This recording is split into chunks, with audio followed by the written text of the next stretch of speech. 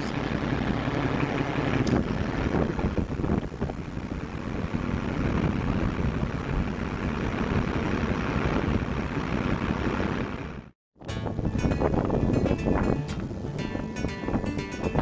Jaha.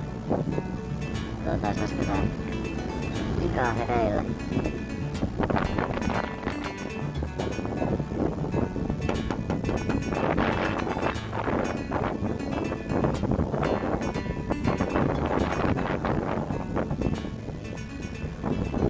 Jotakin tapahtuu.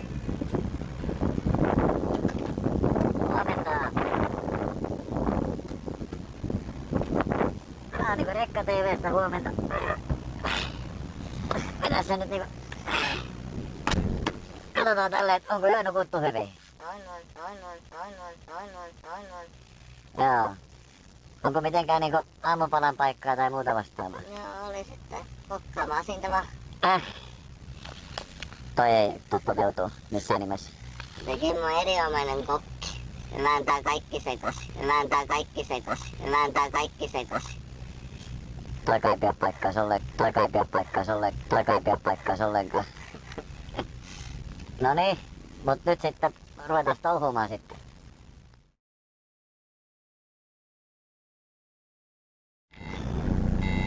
Noniin, siinä se tuli sitten kuorma. Komlokki.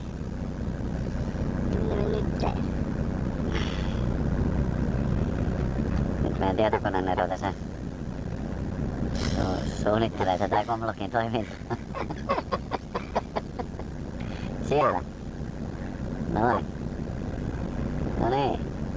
Hyvinhän tämä meni. Nyt me sitten tutustutaan tähän lastaukseen.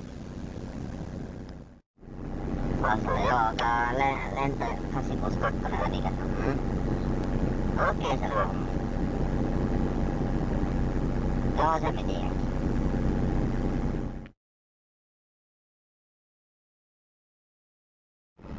Jaha. Ja nyt meillä on täällä sitten Mika Kokin aamupalata. Aamupala on todellakin runsas ja reilu ja tuotteita on moneen lähtöön. Joo. Niin. Tomaattejakin. Tomaatti. Aivan iloistuu vähän. Aivan.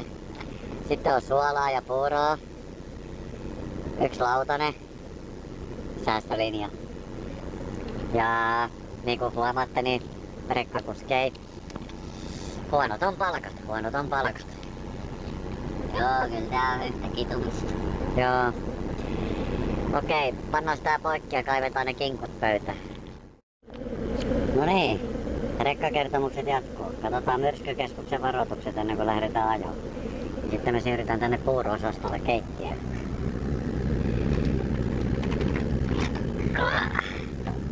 Valmiiksi. Puurot lentää. Siinä on ensimmäinen annos. No, niin kuin huomaatte kaikki, niin Mika on terveellisen ruoan kannattaja. Kuiva muona.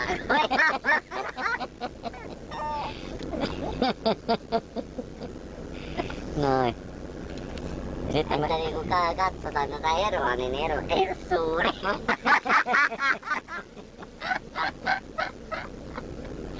ei. Okei. Jatketaanpa taas tätä harjoitusta sitten. No niin, nyt me sitten tehdään tässä tämmönen järkyttävän vaativa työtoimenpide. Pannaan kahvia. Joo, pikkaisen tuosta noin. Me ei nyt ihan varmaan päästä Hollywood-tähdeksi näillä, mutta on se kiva nyt niinku vähän semmoistahan ilmaa se pitelee. Lähteeköhän tää kamera liikkeelle, kun mä heitän tämän ulos?